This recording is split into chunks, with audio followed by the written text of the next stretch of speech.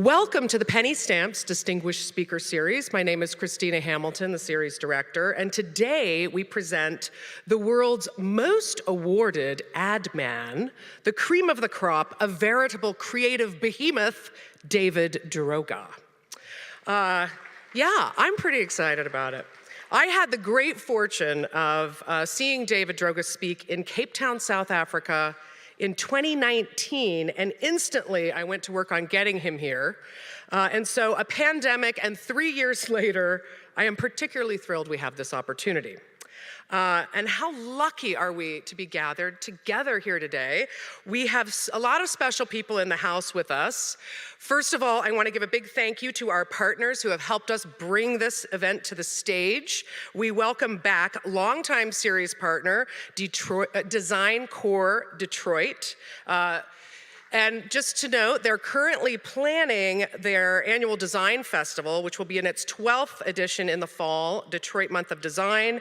The call for participation is open right now until April 24th, so check them out, Design Core Detroit. Another partner that we welcome back, AIGA Detroit. They're in the house with us today as well. And of course, our presenting partner, Detroit Public Television. Whose work with us and our film crew, our Intervision webcasting team here, captures and archives all of our talks. DPTV really became our pandemic lifeline. They helped us to expand our audience across the nation through our partnership with PBS Books and their public library partners. And now they continue to work with us, making it possible for everyone who cannot join us here in the theater to see our talks online, and for those of you that are able to come here to catch up on past talks you've missed or to review your favorites. So we're always on YouTube and Facebook, and thank you, Detroit Public Television. Yeah, great partner. I also want to introduce and welcome a few special folks we also have in the audience with us today. The Stamps Schools Dean's Advisory Council is with us. Now, this is a very illustrious group. This is comprised of alumni of the school who have embarked from here on careers and found success in the world. Thank you for your knowledge and dedication in helping to guide our school. And students, let them be a great example and a beacon to all of you that you too will find your path. And finally, a very special welcome to a new member of the Dean's Advisory Council. She's not an alum, actually, but she is the daughter of our dearest friend and advocate, our visionary patroness, Penny Stamps herself. Her daughter, Annie Stamps, has now joined the Dean's Advisory Council. Thank you, Annie, for stepping into your mother's shoes and continuing this great work with us. So, one event announcement to remind you folks, we have another Penny Stamps event that we've added. It's happening tomorrow night, Friday, at the museum. This is part of their Feel Good Friday celebration about sound. It is a Stamps alumni, Masimba Hwati. He has a sound sculpture that's currently on view in their new Africa collection. The talk will be at 5:30 p.m. in the Helmut Stern Auditorium, and then Masimba will be performing in the gallery his new work. There is going to be a Q&A today, so stay after the presentation. We have microphones on stands at the ends of these two aisles, as you can see. So if you have a question at the end, when David opens it up, come and line up at one of the microphones, and he will get to you. And now, to properly introduce our guest, we have a longtime series partner that I've invited to do this. She serves dual roles as Vice President of Strategy and Communication at the College for Creative Studies, and she is the Executive Director of Design Core Detroit. She's truly a big leader. She's helped to drive the Detroit creative economy and community for over 20 years. She has contributed to Detroit's revitalization from policy initiatives, small business programs, and real estate development. Please welcome Olga Stella.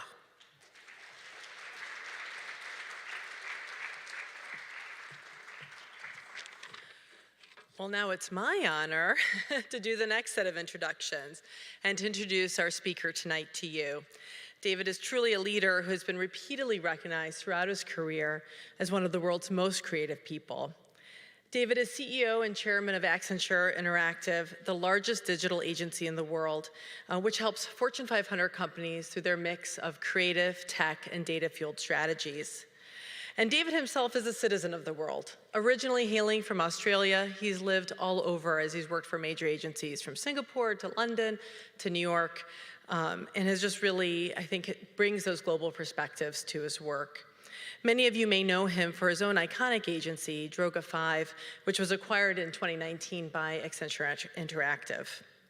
Droga5 has won numerous awards, including being named Ad Agency of the Year over 25 times, Ad Age A-List Agency of the Year in 2021, and Adweek's Agency of the Decade, both in April 2020 and December 2019. Now, who better to talk to us today about creativity and the creative process and what might be coming next than David? His accolades are far too many to mention, including multiple Hall of Fame inductions.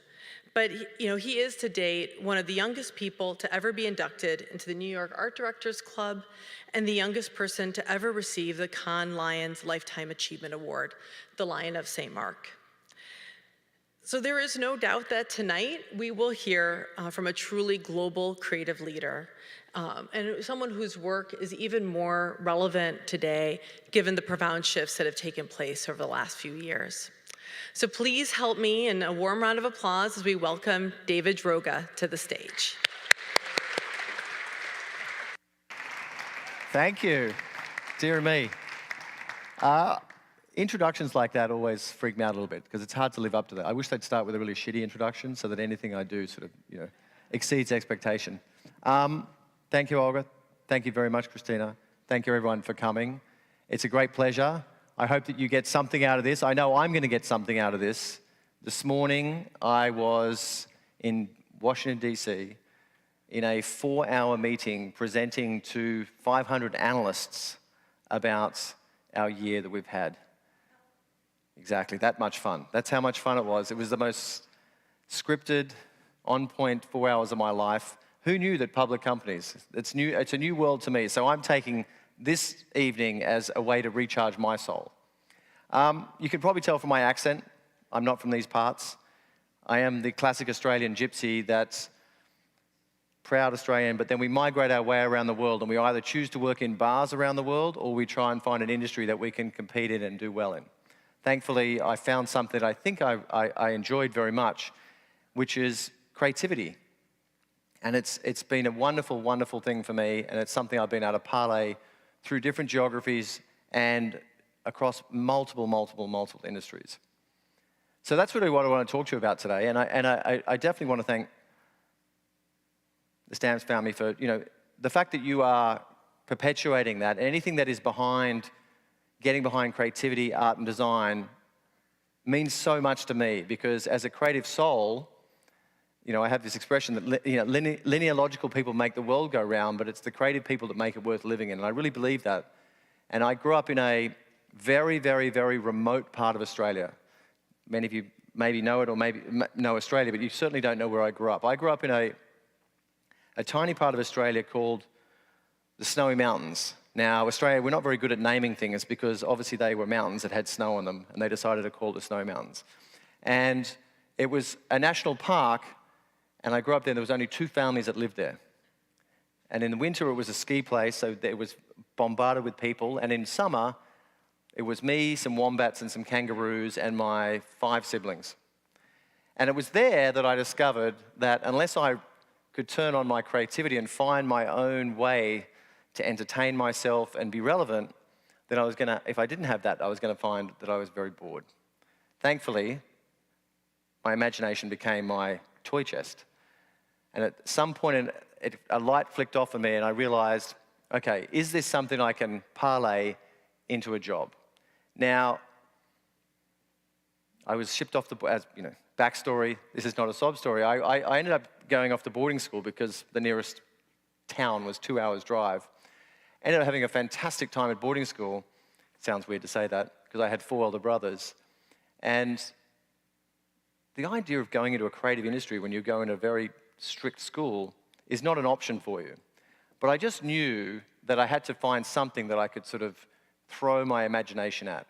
And I really didn't care. I didn't even know that there was an industry called advertising. I always find it quite entertaining that a group of people have come now to go and hear someone who's in advertising when the whole world is spending all its energy and technology trying to avoid advertising at the moment. It's kind of an interesting lesson. But I just wanted to be a writer, to be honest. I didn't care what type of writer I was. I didn't care if I was a journalist. Wasn't sure if I had a great Australian novel in me or if I was going to write screenplays. And then someone said to me, there's this industry called advertising.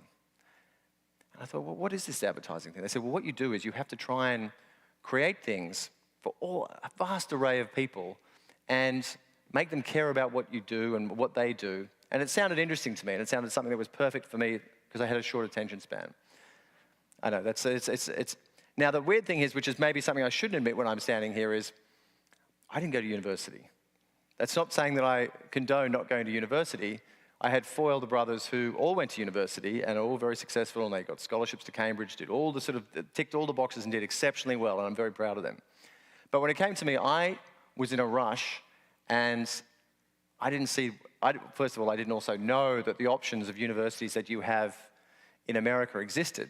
So for me, the thought of just jumping straight into something where I could unleash my imagination felt very appealing to me. So I did what any 18-year-old would do who didn't want to go to university but had to find their way into an industry with no experience. I got into the mailroom of an advertising agency, which was fantastic because basically the CEO of a company and the dispatch person in the mailroom are the two people who know the most about what's going on in the company. They're the ones who see it from the highest level, and when you're in the mailroom, you're invisible. You get to be in every office and overhear everything. And I used to deliver mail on people's desks, and I would see all these copywriters, what they'd written, and I'd maybe a little bit arrogant then, I'd be looking at this stuff on their desk thinking, oh, I think I can do better than that. I'm going to try and do better than that. But long story short, I did a writing course in Australia and ended up getting a job in advertising. And I couldn't believe that I was being paid to think. Looking at and again, now the same context would be you're looking at a blank screen or a layout pad. I was just looking at a blank page thinking, someone is paying me to use my imagination from a standing start. And it was really drawn to almost the jigsaw puzzle solve of that. You know, if I had the talent to be a fine artist, I'd be a fine artist. If I had the talent to be a great movie director, I'd be a great movie director. I like starting with something that has some sort of business complications to it, some ramifications to it. But I was also I didn't want to play to the formula of advertising because it's one of those things, although advertising industry has been very good to me and I've enjoyed my rise through it, I've never really tried to play by the rules because it always struck me that most advertising is terrible. And that doesn't mean that I'm anti-advertising, I'm just anti-bad advertising. Because most advertising is terrible and most advertising is formulaic and robotic and disruptive and annoying.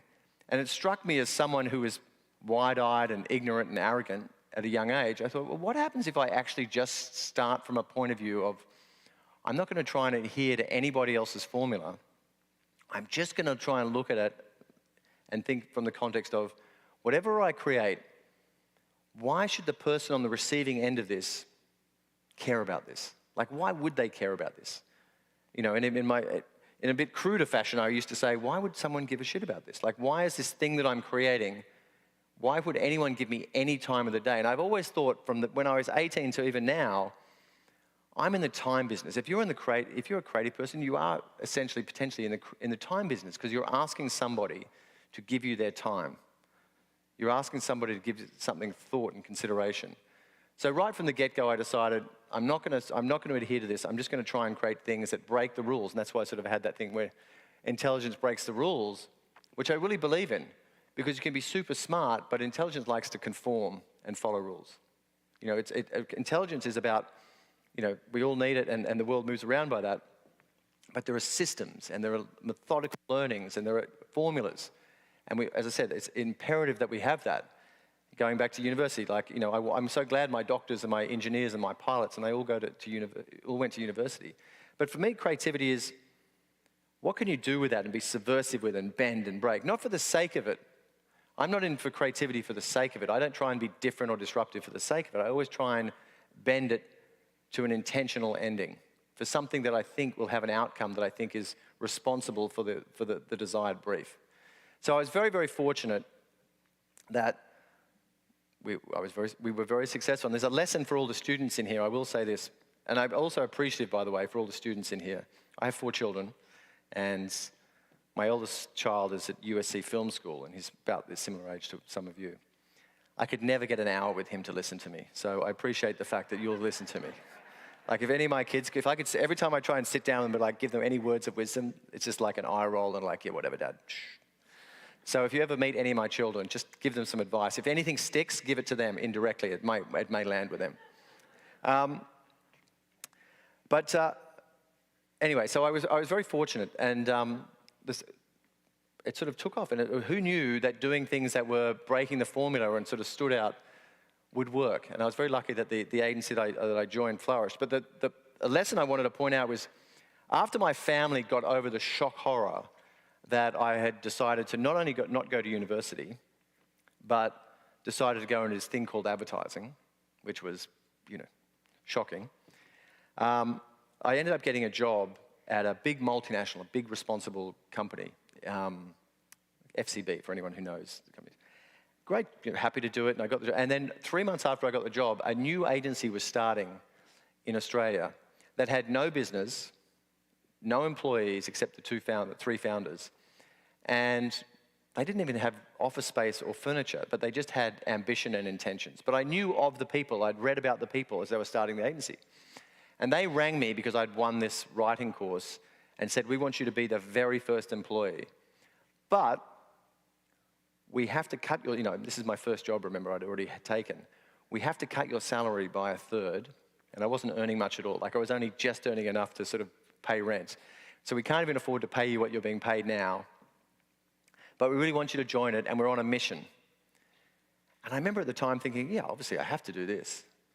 I had nothing, so what do I have to lose? And I remember explaining to my father that I was going to quit this job in a very responsible firm where I was earning enough money to be independent enough to go to a job, as I said, with no clients, no reputation, no furniture, and for less money. Everyone was against it. But again, I knew, thankfully, I'm so grateful that I had the wisdom then, and because I wasn't wise with other things, that I had the foresight to think, you know what? Align yourself with people that you think have the same values or belief system or ambition as you. Chasing what it says in LinkedIn or money or whatever it is, or some predictable path, it's irrelevant. And that was the best thing that sort of set me off on a course that to this day, I'm so grateful for that one moment of wisdom that I had with all the stupidity of youth that I also had. And it flourished and it boomed. And as I predicted with the people, I'd hitched my wagon to people that believed in doing things that rose above the mediocrity. You know what I mean? Because as I said, so much of society, creativity is almost being engineered and automated out of it. So anything that we can do to sort of push it back in and to make it more relevant, because there's never been a greater time for where it needs to stand the test of time. Anyway, so that flourished, and then I decided, as most young Australians who at 26, I decided I was going to leave Australia, and I'd been offered a job to run a big network in Asia, and I'd never been to Asia. Same thing, nervous, intimidating. I say this to anyone here, that's the best thing about throwing yourself into situations where you're nervous.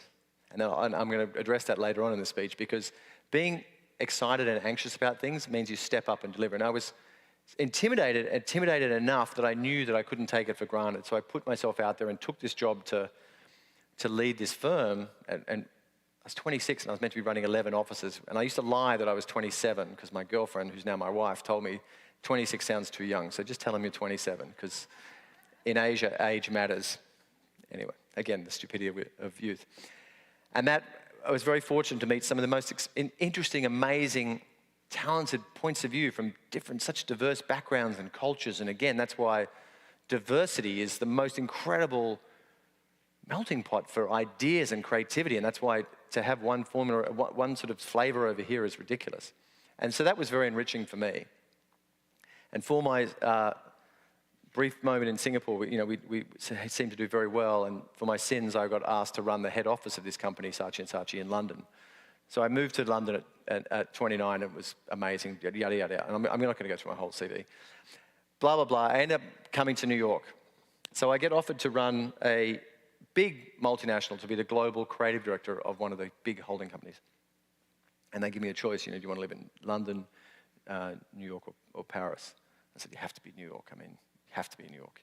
You have to live in New York once in your life. It's like, Rome during the Roman Empire.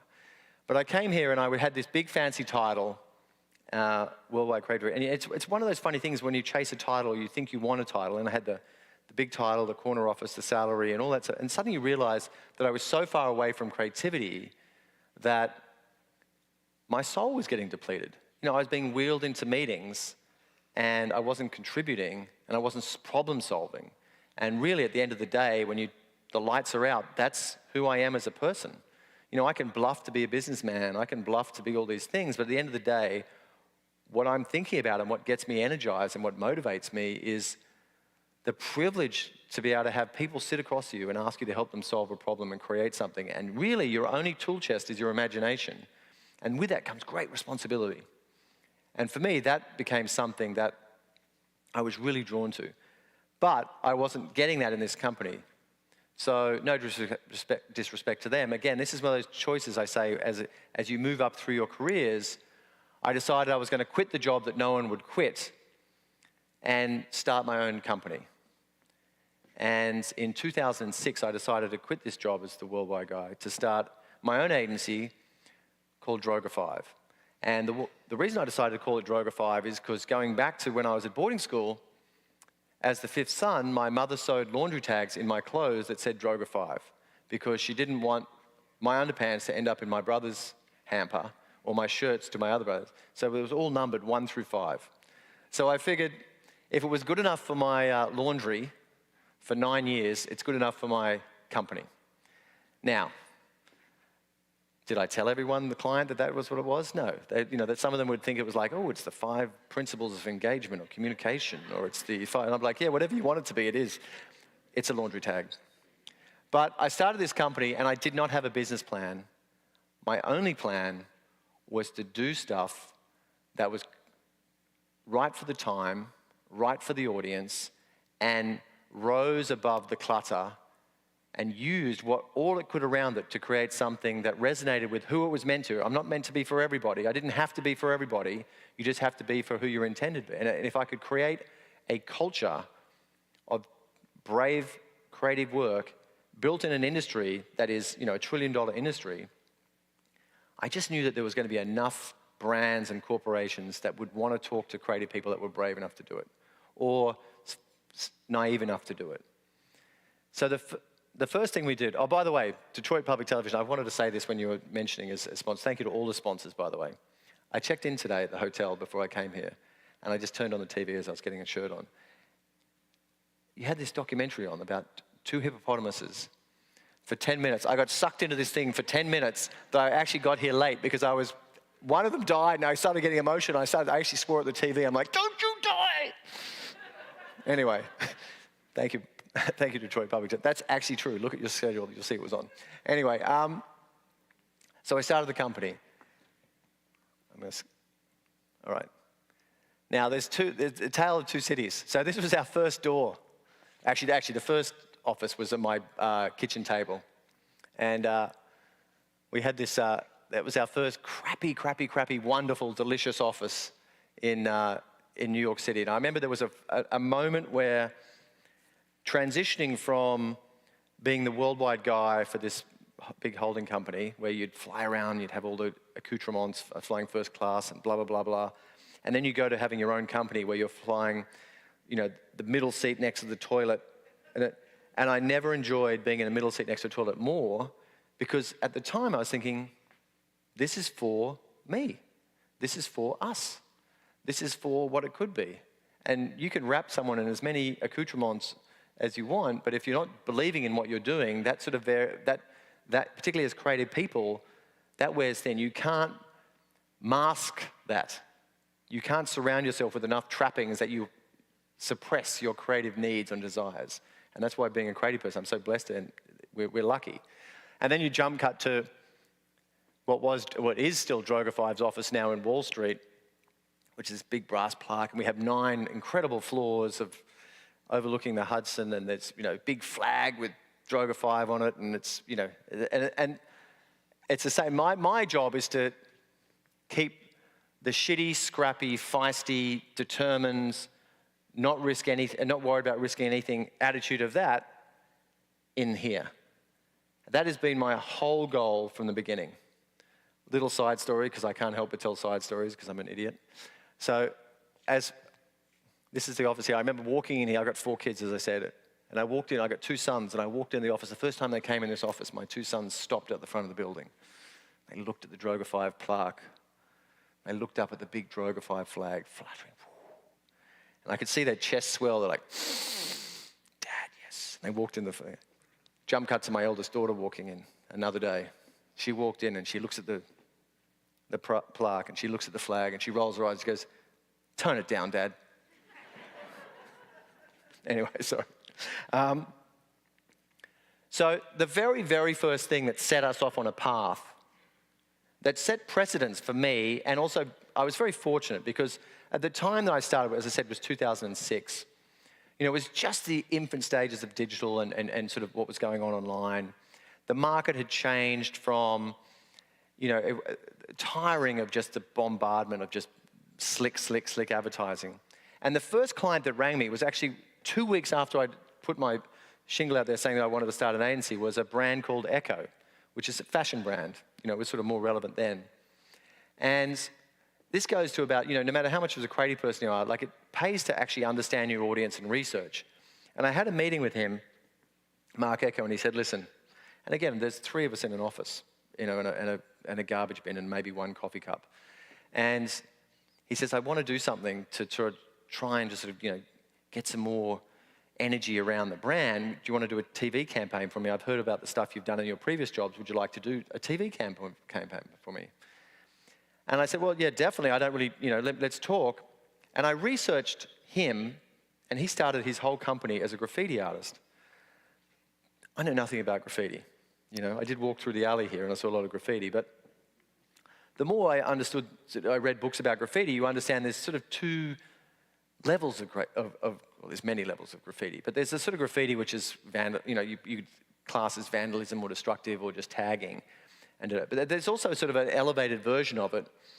And that's when someone puts certain graffiti marks and tags on really hard to get to places, like on bridges, that, or sometimes on train carriages. There's a certain unwritten respect around that. And it just struck me that wouldn't it be interesting for us not to do a TV commercial, but to pull off a hoax that seemed like someone had done something so audacious. And at the time, this is where it's really important, I think, as a creative person, always look at your creativity in context of where it's going and what time it's happening, because it's never done in a vacuum. And this was at the time when the news media was just that 24-hour cycle of media was happening. I kept on thinking, imagine we pull off the most audacious stunts and pretend, and I remember presenting to Mark Echo, reading the script that I'd written that was over, 5 pages long, way overwritten. And the premise was just kids break into Andrews Air Force Base, spray paint Air Force One with your tag, and that's it. And I said, and we release it through news agencies in Germany and all that. And my logic was, A, it's so badass to do that. And it's almost crazy enough that no one knows enough about Air Force One to know whether they pulled it off. And B, the news media is lazy enough to want to believe it. So if it leaks to them, they'll perpetuate it by putting it out. So we did that.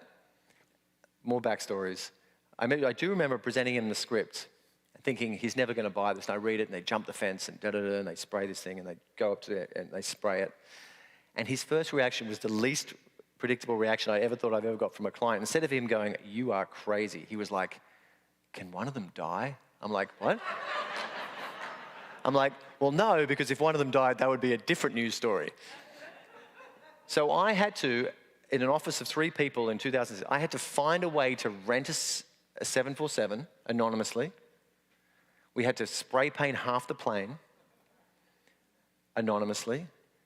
We had to drive past the Air Force Base with a camera outside of a window multiple times to get real footage. We had to map out through maps what it would really have done to go through if kids had broken in and like they had to go over a golf course, how many fences they had to cut through, da da da. We had to do it painful, and we had to make it long too, because if someone had really done it, they wouldn't have edited it beautifully and let it go. So I'm going to show you. So I know this generation of people, anything over 8 seconds makes your head explode. Go back in time and think in context where social media wasn't there to call bullshit on stuff. So this leaked. When it went out, Pentagon had to deny it 3 times. It was on the news cycle for so long that our lawyers had to tell us that we were potentially breaking what was the Patriot Act then. And they were saying that I could actually go to jail. At the time, thankfully, I was like, well, you know, there's nothing to lose. Again, I didn't have a real agency, but I'm going to show you this.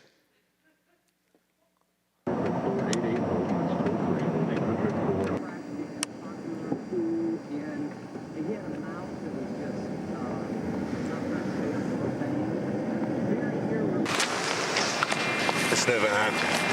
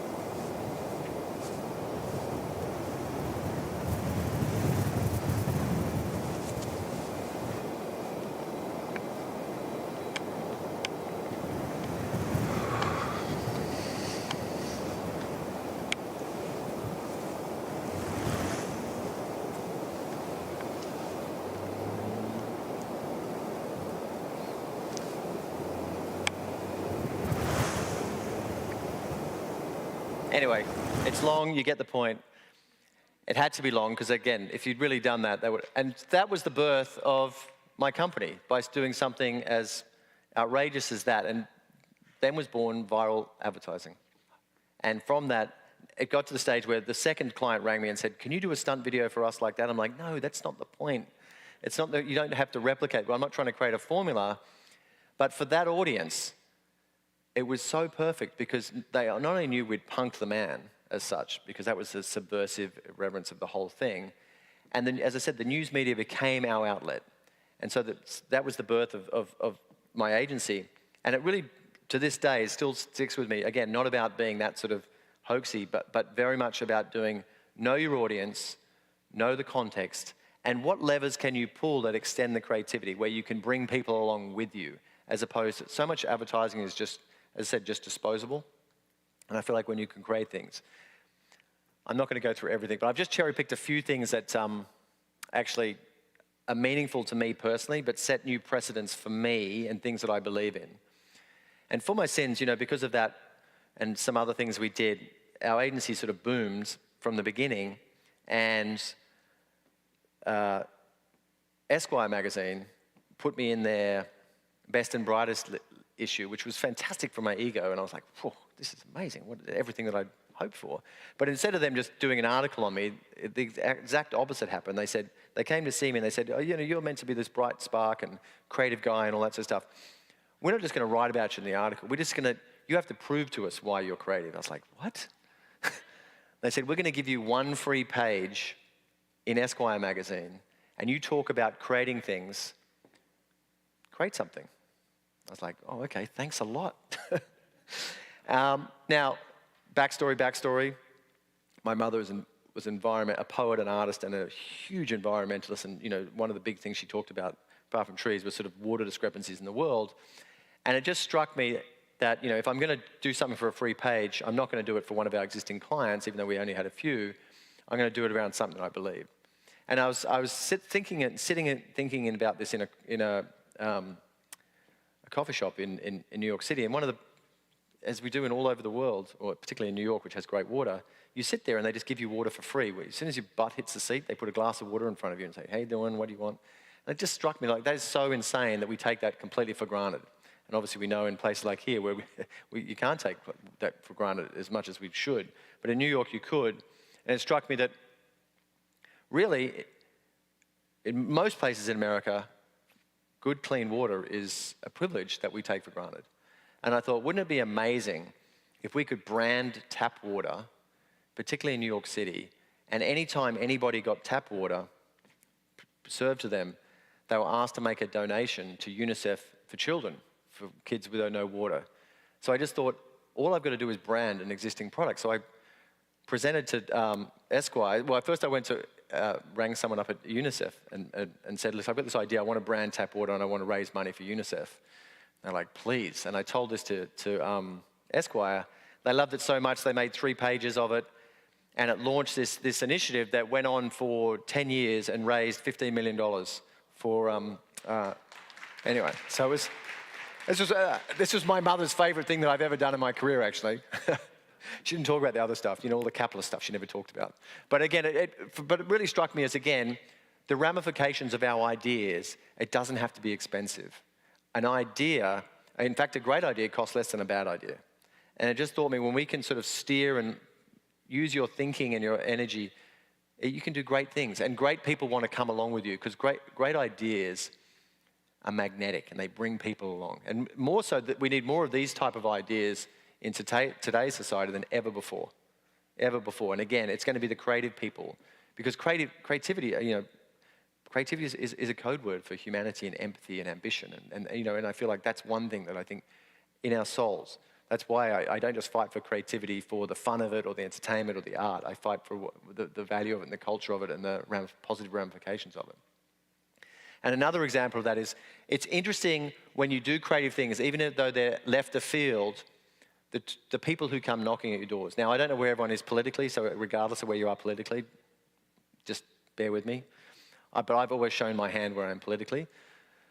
So I was asked by Obama in 2008.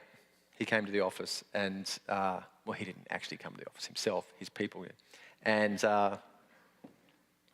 told us that he was going to run and asked if we could help. Now, we didn't do the whole overarching campaign, but I was, again, politically motivated. And I was like, whatever I can do, even if I move the needle this much, I want to help. And he said to us, look, we really need to win. And they told us 3 of the swing states. And it struck me that Florida was something that we could do something about. So again, breaking the rules, going back to breaking the rules, I thought, why is political advertising always so boring and formulaic and it's attacking and it's always negative, and that's not what I want to do. But could we do something smart? And again, it's about knowing your target audience. Really the vote in Florida was really on the bubble, and it was really going to come down to a few distinct votes. And to be honest, I hate to say, it was going to come down to the elderly Jewish vote, actually. And they were quite suspicious of Obama, name and all that sort of stuff. But what was interesting is the young Jewish community in sort of the Northeast was so energized for Obama. And this is where sometimes, again, as a creative person, particularly in the communication side, sometimes the best way to talk to someone is to talk to the person that influences them. You don't have to talk to them directly. So it just struck me that why don't we, the only thing that matters to an elderly grandparent in Florida is getting their grandkids to visit them. So we created a campaign called The Great Schlep. And this was at the start of Facebook really taking off. And the premise was get all these grandkids to schlep down to Florida and educate their grandparents about Obama and his policies and everything like that. And 25,000 kids ended up going down there. And we got Sarah Silverman to make a video for us, and we wrote some stuff, and we had all these things, but I'll just show you a few little snippets of it.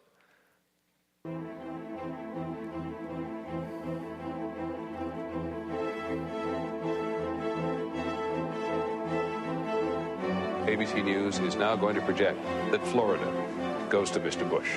Florida goes Bush. The presidency is Bush. That's it. Bush wins. President Bush did much better in 2004 and was able to beat John Kerry in that state.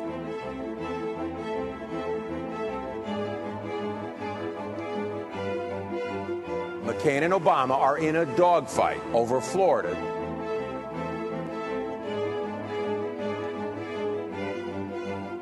Florida, with its 27 electoral votes, one of the biggest battlegrounds, and Jewish voters there, one of the keys to winning. It's all going to boil down to a few old Jews in Century Village. A smear going round that Senator Barack Obama was a Muslim. And this is a year when more Jews are going to be voting Republican than ever before. Truthfully, our colors are different. A lot of Jewish white people here will not vote for black men. For the 65 and older voter, the gap is widening.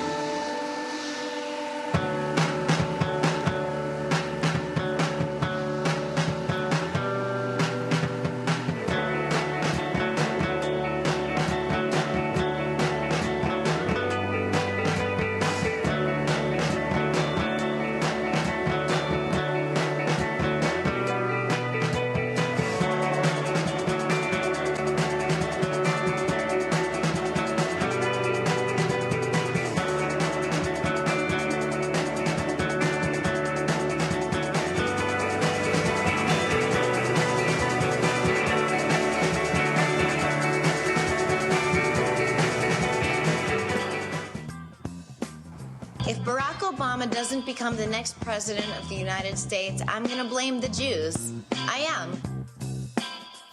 And in our #1 story in the countdown, the Great Schlep begins. Call in the grandkids. It's time for the Great Schlep. Sarah Silverman is getting laughs for her web video promoting the Great Schlep. The Great Schlep. The Great Schlep. the Great Schlep. Great Schlep. Great Schlep, okay. Are you aware of this political movement going on called the Big Schlep? I am indeed. The Great Schlep. You can look that up on YouTube. I don't know if you saw the Sarah Silverman video telling, we should tell our Jewish grandmothers to vote for Obama. Can that Great Schlep actually make a difference?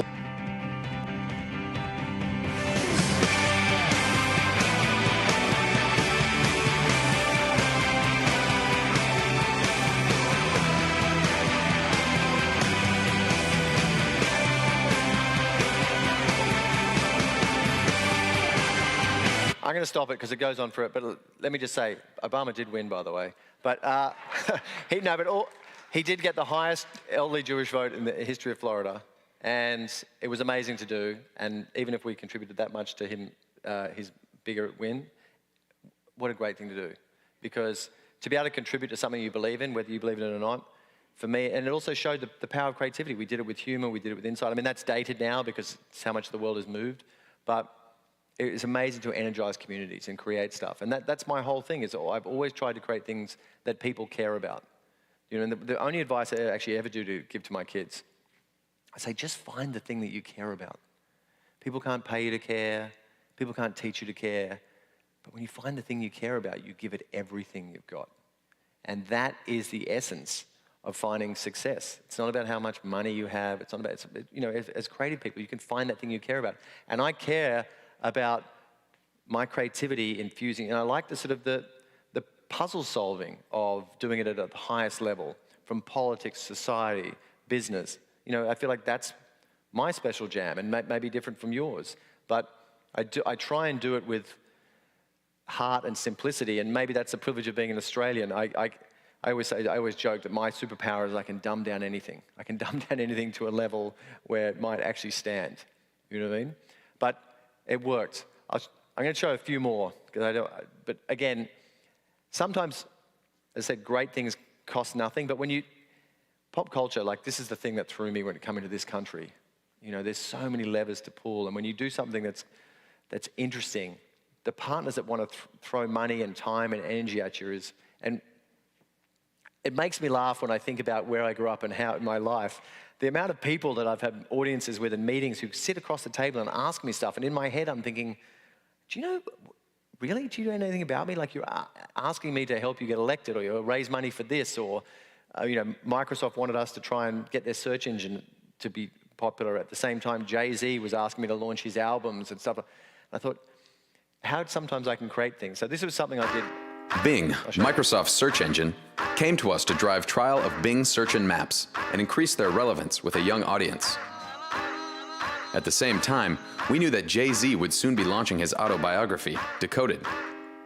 With one big idea, we harnessed this epic moment in pop culture, connected our client to a new demographic, and gave millions a reason to use Bing. We started by putting every page of Jay-Z's book out in the world, every day for a month prior to the book's release. But the pages weren't just randomly placed. Every page's location was inspired by the story on each page, putting Jay-Z's entire biography in context. Fans could actually walk through Jay-Z's life right where it happened, finding pages in 13 major cities in the US and abroad, searching for everything from huge iconic billboards to unique collectible items. And if the media didn't exist near Jay-Z's life landmarks, we created it, taking the campaign to places money just can't buy. Gucci made custom jackets stitched with a page. A Cadillac wrapped with pages paid homage to the birthplace of New York hip-hop. A page about Big Pimpin' covered the bottom of the Delano pool. Even a bronze plaque was installed in the Marcy Projects, where Jay-Z spent his childhood. We let the story on each page determine each location. The unique pages covered hundreds of thousands of square miles. And as they were unveiled around the world, Bing tied every element of the campaign together with an integrated online game that directed fans to each page on the streets. Clues to the page locations were released daily through Facebook, Twitter, and radio. And every day for a month, millions of people gathered to solve the latest clues, guiding them to the exact street locations on Bing Search and Maps, documenting and claiming the pages they found. The unique framework allowed anyone, anywhere to walk the same streets and find a page. And over the course of the month-long campaign, they chased fame of their own as they assembled the book digitally at bing.com/Jay-Z before the hardcover hit store. I'm going to keep on going, just because I'm running out of time. But again, the thought there was break the rules. You know, you launch an autobiography, they say, don't tell them anything about it, don't let anyone see it. Mine was the opposite. I'm like, people are going to buy his book even if I put every single page out into the universe. And let's put it in places that media isn't for sale. Let's create our own energy. Let's create some things that create culture. Let's build on that. And I just love the fact that we can just break the rules, find great ideas, open doors for you, open collaborations. And it was the most successful thing that Bing had ever done.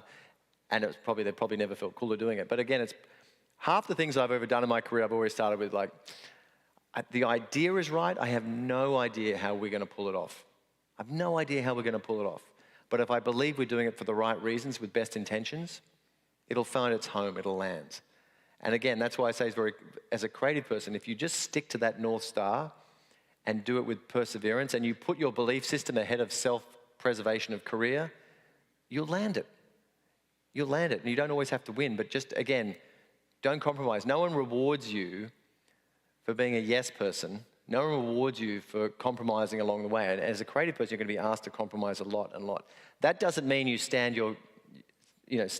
don't actually ever listen or always only agree with yourself. As a creative person, particularly in the industry I'm in, I have to be empathetic and sympathetic and aware that I'm dealing with business with real world ramifications. This isn't a painting I'm selling, or my work has to work. People's jobs depend on this. People's lives depend on this. So that's why I take it so seriously. And I really go to why was this the right thing to do? I'm going to show a few more and then I'll stop and then I'll ask some questions. sometimes just creating things that are simple, even if it's just normal television commercials. I always like the idea of embracing the negativity. Don't pretend to be something you're not. So Puma asked us, years ago to create a campaign for their clothes, and they weren't a performance brand like Nike or Adidas or anything like that. They were sort of very much more sort of stuff you wear, like I would wear, sort of around it. And it just struck me that the most people who were wearing Puma at the time were not athletes. So why pretend that they're for athletes? Why don't we create a whole new category of clothing that is what we coined the phrase for the after-hours athlete, for the people who are playing pool and darts. Now, if I'm playing you in pool, I want to beat you. I'm not going to try that hard, but I still want to beat you. So, the motto was, give it 60%. It's not like give it 100%. So we just thought like we create this whole slackers anthem, and from that could come this whole new, basically open up a whole new avenue of merchandise. So it's more than just an ad. It's an attitude where they can actually create new verticals where they make money from this. So this was the anthem that we created.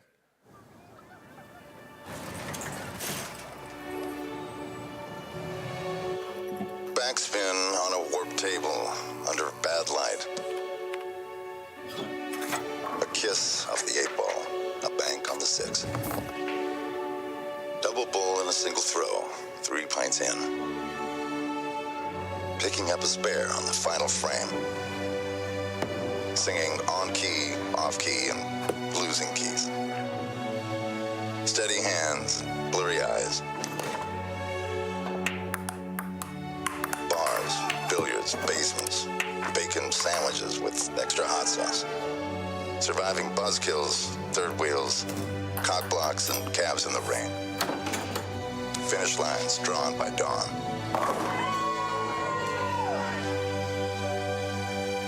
These are the providence of the after-hours athlete. When last call calls, don't answer.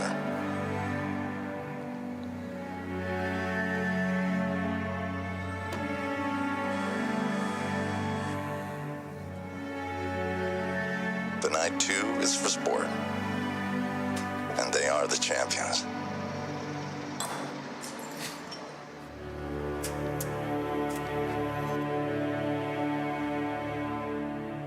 He had to miss at the end, obviously. It would have been too. But again, I love creating things that have their own ecosystem and their own opportunity and their own vibe and all that sort of stuff. So they don't necessarily conform, and that just felt so appropriate for them and the sort of the people who are wearing it, and just create something that sees people where they're at and makes them feel good about where they're at. And I think that I've always tried to sort of distill it down to, as I said, like, do something that people want to see. Like, as I said, like, advertising should not be a tax, not like a speed hump. Because most of the time, advertising is something that's an interruption on your way to something. We all know it. Like, I smash the computer as much when a pop-up happens as you do. So I keep on thinking, for the few times, going back to that time thing, create something worthy of their time and attention. Now, I brought this one deliberately as well for 2 different tones, because I want to show that I don't have one lens. Every client is different. Every opportunity is different. So for Puma, that was for their vibe. Under Armour came to me and asked me to do something for the Olympics around Michael Phelps. And this was at the time the most famous Olympian, or the most awarded Olympian of all time. But people didn't, and he was going back, and people didn't really love him. Even though he's beloved for what he's done, he's not a beloved person. And we thought, well, why not just show the sacrifice that he puts in? It's a very lonely boy. Instead of showing the sort of the glory, a lot of brands like to show the glory of athletics and the winning and all that. We just thought, like, let's show the sacrifice. So we made this with him.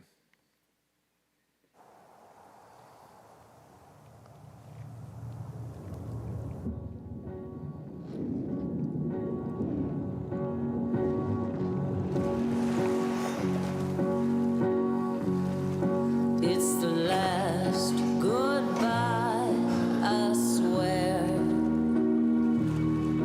I have no regrets, for the past is behind.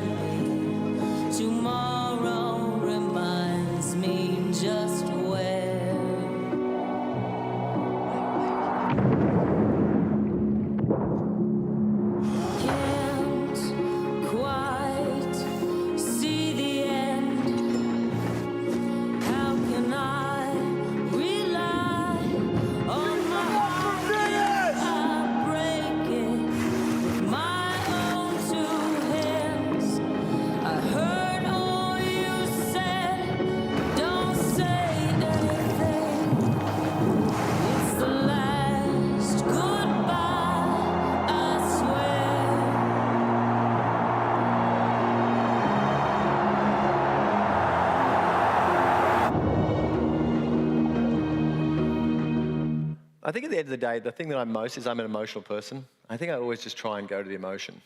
I'm going to show you 2 more things and I'll stop talking. Breaking the rules. So the Super Bowl is, as you know, it's sort of it's the biggest stage for advertising. It's the one time in the year where people actually have an arms race to make things. They throw so much money at it. Bizarrely, they throw so much money at it, it's usually terrible. And it's all that stuff. So the first time we were asked to do a Super Bowl ad, and I've done many since. I did one for Australian Tourism once that pretended to be a movie for Crocodile Dundee that I liked very much. I did one for Game of Thrones 2 years ago, which had them kill the Bud Knight, because it looked like a Bud Knight ad, and then we had the mountain kill the blah, blah, blah.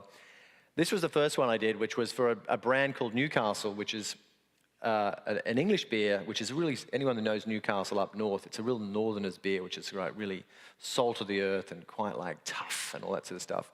And so we made a Super Bowl commercial, but we never actually made one. We just talked about making a Super Bowl commercial, and we presented storyboards, and we talked to actors about making it, but we never actually made the Super Bowl ad because we couldn't afford one. So we just spent all the money talking about the ad we were making, and it ended up winning the Super Bowl because it was so absurd. So I'll just show you this quickly. Let's begin with Super Bowl 48. Super Bowl 48. The average 30-second spot's going for a whopping $4 million, $134,000 a second. The big game, the biggest marketing event in America, and an even bigger beer drinking event, which is why Newcastle Brown Ale wanted to make a huge impact in the game. We just forgot one thing. We didn't have the money or the rights to be anywhere near the game. We couldn't even use the word bowl. But instead of sulking, we decided to call bollocks on the whole big game thing altogether, creating a campaign about the big game ad we would have made if we had the money. This is the story of the mega huge ad Newcastle would have made, if we could have. We started just like any mega hype big game ad, releasing teasers and trailers for the ad we would have made. Battle apes, party sharks, friendship. Then, we researched our concept with real focus groups and released a film with their real reactions. What do you think of Newcastle now? Feels a little desperate. This ad is pretty hilarious. This ad is not hilarious. Like, what the hell's going on? And we revealed videos of the mega huge stars that would have been in our mega huge ad. Big game champion Keyshawn Johnson. And why would they even draw this up? An Academy Award nominated actress, Anna Kendrick. Newcastle Brown Ale, the only beer that ever promised me a high-paying role in a commercial and then backed out at the last second like a bunch of We released a new piece each day in the 10 days before the game, and it took off. Anna Kendrick's not a Super Bowl spoof, or Newcastle Ale also going viral. They wanted to make a commercial about how they couldn't afford to make a commercial. But it's spirited. It's spunky. Yeah. I like it. Let's take a look at this Newcastle ad. It's a fake Super Bowl spot that's never... Anyway, ended up winning the Super Bowl. It was the most viewed and all that. But again, sometimes you can be around the side. If you just unleash your creativity to have fun, let it roam free. But again, knowing who your audience is and knowing what it's rubbing up against, I think is also a really interesting thing about creativity. Because sometimes there's always a friction point. And for me, it was the absurdity of the Super Bowl, which had all become exactly the same, which is, you know, the who can pay the most for an ad, who can have the most celebrities, who can have the, as I said, like all the sort of ticks. So we just actually just tried to be pushed right up against that, and people like it when you don't take yourself too seriously for the right categories. Do you know what I mean? I think that is, again, creativity is knowing where to show up, when to show up, and where to surprise and where to delight. Oh, I'll skip this one. We do all the New York Times stuff, and we've been doing it for a long time. My favorite highlight of my career is when Trump tweeted that I had a shitty company and my ads were bad. I knew that I'd done something good. Which is actually, long story short, that's why I became an American citizen, because I was like, Trump's tweeting against me. I better actually become an American citizen before he kicks me out of the country. But New York Times is one. This is a great exercise in sometimes your creativity will never be better than the product itself. No matter how talented I think myself or my team or anyone, nothing we do is going to be better than what the New York Times does, in my opinion. Just the actual art of journalism. So we just created a platform for them. This is one of thousands of things we've done for them that shows how they get to their articles, because people don't want to pay for articles, so they don't respect how it's come about and the energy and what's gets put into it. So we created this platform, and we just took some of we did this for 10 different things where you take an article, and we sort of showed the backstory, and everything you're seeing in this is real audio from the journalists, real photos from the journalists, and we just play with the headlines of what could have been until we end up with the last headline, what was. And we did this for all different types of stories.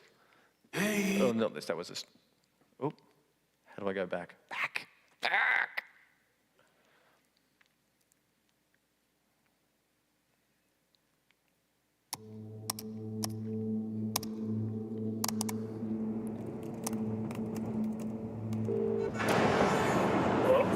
Committee here from the New York Times. Yeah. I am trying to understand the ideology of ISIS.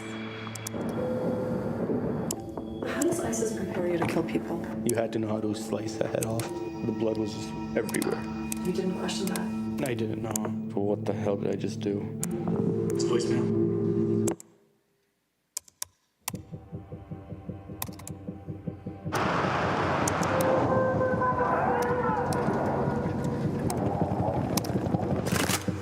Awesome.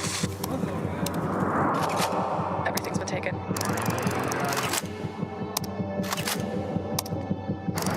They're cleaning up the very stuff that I need. There is a media blackout.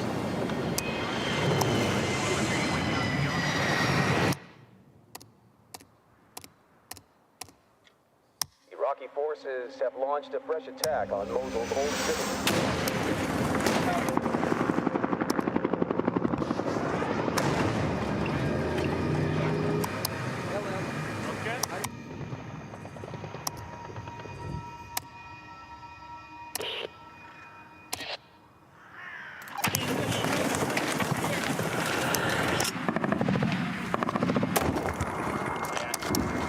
Walking in each other's footsteps, just like we were trained. Saying we gotta get out. Hey, you see this? Holy shit.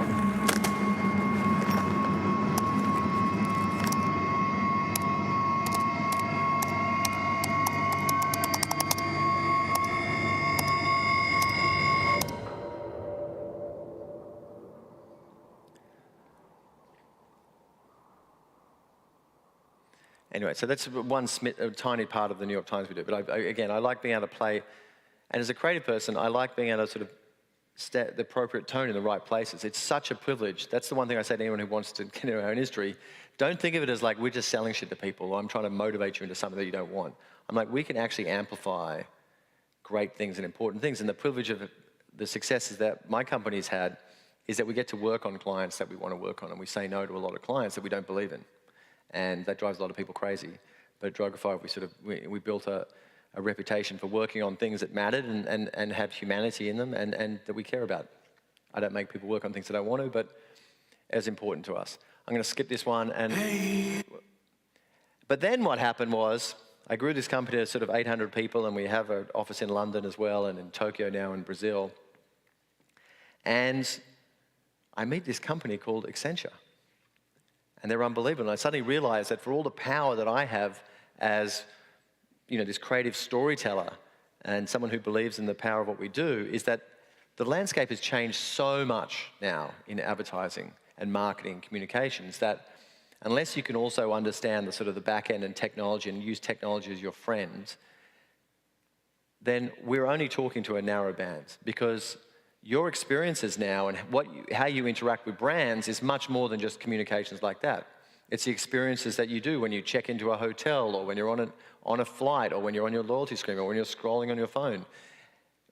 And everyone here is in marketing, by the way. Anyone here that has an Instagram account runs an advertising agency, because everything that you post on your Instagram account is your latest campaign for you, that you want so you understand that. So for me, Accenture, when they wanted to buy Droga5, I thought, this is an amazing opportunity to amplify and to put creativity, which I strongly believe in, to spread it around more into business and more to infuse technology with our thinking and our ambition, and to sort of take their institutional knowledge and their data. And they are Fortune 50 company. As I said, I was at the Investor Day today, which was a mind-blowing. They're 240 billion market cap company. And probably one of the most influential companies as far as solving problems for big business. And I kept on thinking, okay, this is amazing. And we did the deal, and I thought it was a great thing for Droga 5, because I joked when I did the deal that it was me buying Accenture, which obviously was my way of making my creatives feel less scared about the big thing. But I really believe that creativity has the power to move up the ladder. So this happened, and it was big news in our industry because a lot of people bet that this big company would squeeze the life out of this independent creative company. Well, those people don't know me and don't know the people that worked at Droga 5, because we really believe in the power of what we do. And I just kept on seeing now we're in an era now where, when I first started in the industry, creativity was something that was a nice to have, and I feel like now it's an imperative. I feel like you see more Fortune 50 companies run by creative people. I think you see more decisions that are leapfrogging categories coming from creative individuals and bold thinkers. So that's why, again, this is more than just a celebration of, oh, creativity's fun, creativity's interesting. This is a creativity's necessary. And my goal with doing this deal was I want to prove that out. Now, what I didn't know was, when I did that deal, was... The Swedish robot... was that I would end up running. So 6 months ago, Julie Sweet, who's an amazing CEO of big Accenture, very dynamic, very smart, very motivated and ambitious, doing a fantastic job. She took me out for lunch to catch up, and I thought it was just a normal catch up. And she said to me, I want you actually to be, I want you to run Accenture Interactive. I want you to be the CEO. And remember, this is a $14 billion piece of business of one company. And I'm thinking, oh, shit. I was so mad that she offered me the job, because as a creative person, not that I wanted the job, but as soon as she said that, I was like, a creative person has to do that job. Someone who doesn't want the job, who hasn't trained to do the job, who isn't like a Harvard MBA that has all the shtick down, but someone who's going into there with the belief in the power of creativity. And I obviously know how to run a business because I have my own business. But I kept on thinking, well, I think I'm going to have to do it. And I did have to break the news to my wife, who was very upset that I'd agreed to take another big job. But it's been incredible to suddenly step into this role now where I see the scale and amplification of what we can do, but I'm trying to do it. I'm not saying it's easy, and I'm not saying that I'm, have all the answers, but it's such a privilege to sit in this seat as a creative person and know that I'm making decisions that are not based. I think too many CEOs sit in the role thinking about extraction. What can they extract from a client? How much money can they get? And I'm sitting there thinking, what can we give back? What can we do? What can we create? And it's been an amazing journey. It's only 6 months in, but I'm loving it. I do feel like I'm trying to solve the ultimate puzzle, being a creative person sitting there. As I said, that's why my title is, at Droga 5, my title was Creative Chairman, and I made that title up, to be honest, because Chairman sounded too boring, and I didn't want to be CEO, and I said Creative Chairman sounded funny, which the irony is, now there's creative chairmen across our whole industry. There's all these creative chairmen, and I'm always like, I made that up as a joke.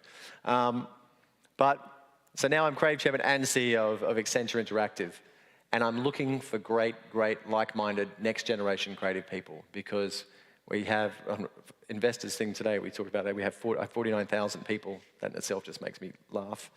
But what an amazing opportunity.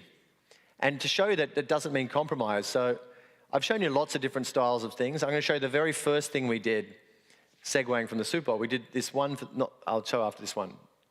We did something for the Super Bowl, which 80% of the people at Super Bowl didn't get it, didn't like it, didn't understand it, but it wasn't intended for them. But the 20% that got it, it's 20 million people downloaded the app. Took a photo of this ad during the Super Bowl, and the client went from 186th in the App Store to number 2 in the App Store. So I'm gonna, and it was an ad for Coinbase. And this 60 seconds, which feels like 10 minutes when you see what we did.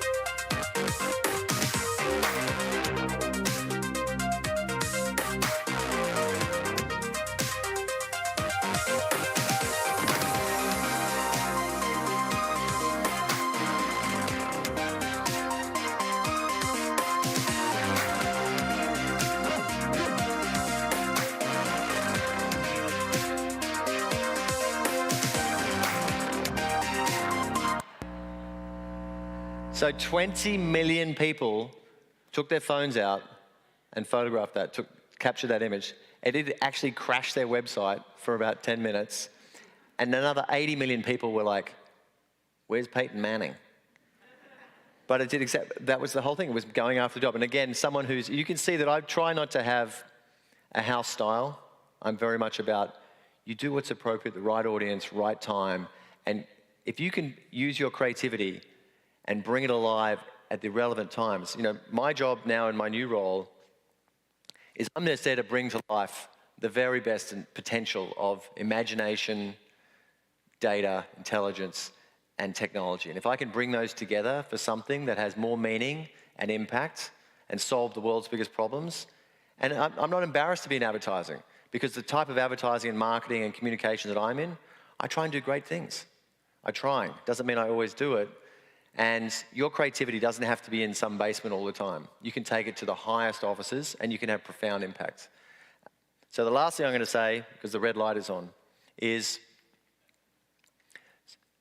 so I'm launching an initiative with the head of technology of Accenture, who's actually alumni from here. In fact, I saw him, he was part of this Investor Day, and I sat with him today and we were talking. I said, he said, are you flying back to New York? And I said, actually, no, I'm going to give a speech at University of Michigan. He goes, I went there.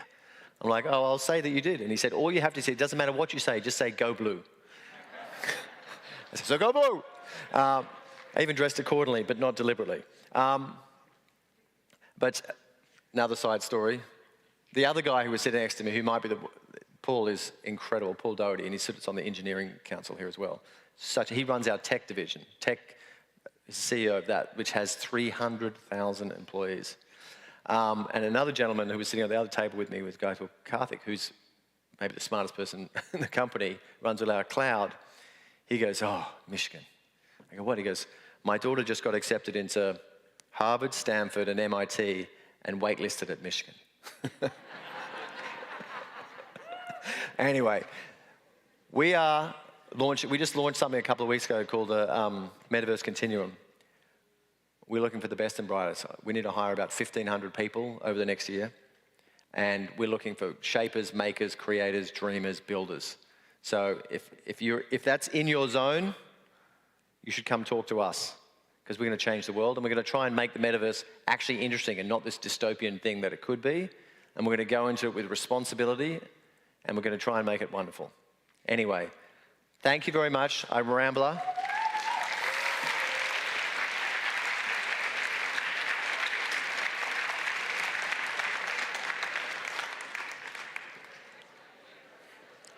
Does anyone have any questions? I don't know if there's any questions. Oh my gosh, David. Sorry. You're so fabulous. I'm sorry. I know we have, you're so entertaining and interesting that we were all wrapped and we let you go long. I'm sorry, and I think there's a lot of students have to get to classes that are leaving now.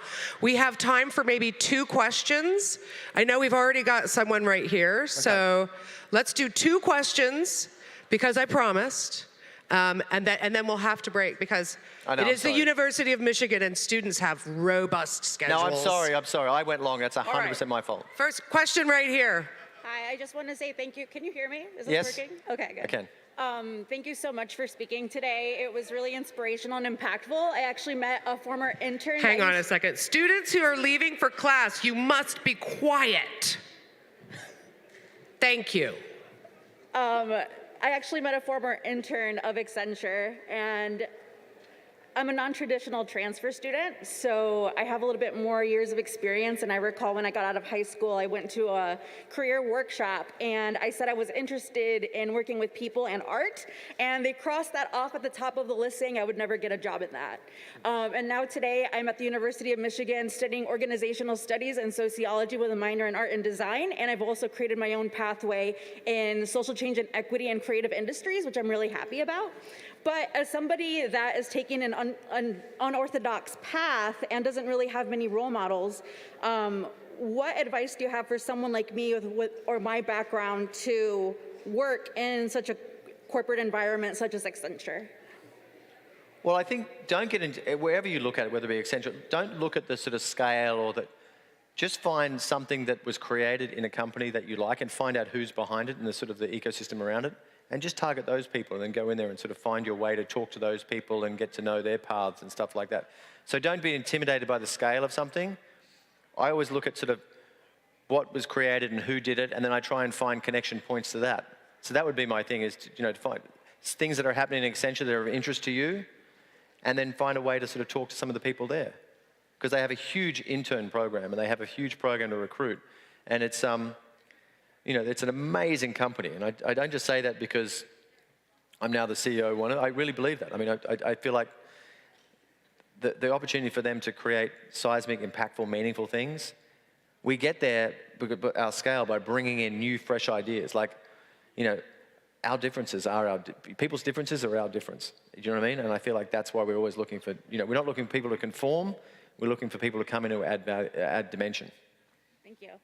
Really quick also, since I'm at the University of Michigan, what advice do you have in regards to growing professionally regarding navigating space or dynamics or interacting with others?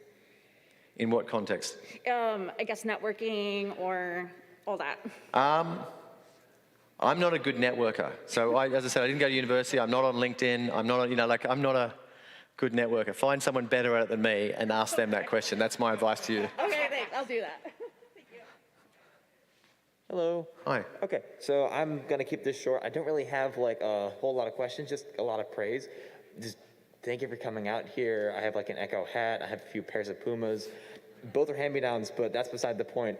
I just kind of love how honest a lot of your like marketing and a lot of your thoughts were. It's really easy to get this impression that people in marketing just don't have any idea what to do with marketing, that they just throw a bunch of celebrities at the wall and see what sticks or doesn't. And I think that the fact that you're just kind of honest about it, and that self-awareness that you have about like not just yourself but the industry is like really telling. And I think that's something a lot of people can learn from. So just that's very kind of you to say that. I do believe in that. I do think that, funny enough, there's nothing more beautiful or entertaining or interesting or captivating than real life, right? Yeah. And I just feel like I'm not into the shininess or the sort of the formulaic nature or the paint by numbers of things. That's why most ads look the same. That's why most cars look the same. People are copying things and they just get compromised. Do you know what I mean? Engineered mediocrity. Do you know what I mean? And I feel like that happens a lot in all fabrics of society. There's a lot of people who are responsibly wrong. They're trying to do the right thing, but they do it in a bad way. And I just think if you put yourself out there and you really put your belief system into something, as I said, I start with why would someone care about something, not why would I care about something. Then it keeps me honest more often than not. And as I said, I'm a simple person, so I get moved by the value, how the emotions of things. But I appreciate the fact that you think that. Thank you. Thank you. Okay, David. We are going to let this gentleman over here, because you didn't go to the left side like you were supposed to. Sorry. And this is going to be the last question. I'm sorry, folks, but we do have timelines we have to adhere to, because we're in a theater and there's other shows that follow us. So I do apologize, but here we go. Last question. Hello, David. I'll make this quick. Right now, I'm currently working. I drive to Troy tomorrow because I work at Our Media. It's like a little agency in Troy. Right now, I'm working on like a spec script for like an energy drink magazine, and I'm like shooting it at all different sides. But deep down, like I love the Jackass movies with Johnny Knoxville and like that crazy intense energy. And like deep down, like I want to keep to the script. I want to like, film the drink itself and, do like all the action shots and stuff. But like, I want to see like a guy get tackled while like, this is what happens if you don't drink the energy drink and he just gets tackled. I don't know. Like I have 2 weeks to do this. Should I stick with the script or should I? I would do what you think that you're going to like, but you also think is people who are going to want to drink this would like as well. Don't hurt someone or do something that's criminal or do something like that, and make sure you get the brand out there. But go with your gut. I mean, again, that's why you're a creative person. That's why people are looking at you to saying, what do you believe? What do you believe?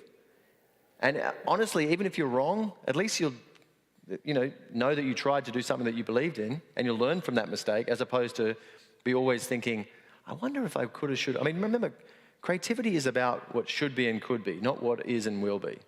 Do you know what I mean? And that, for me, is what you've got to put yourself into. Okay. Thank you. Thank you. Thank you. Anyway, thank you very much. I appreciate it. Thank you, everybody.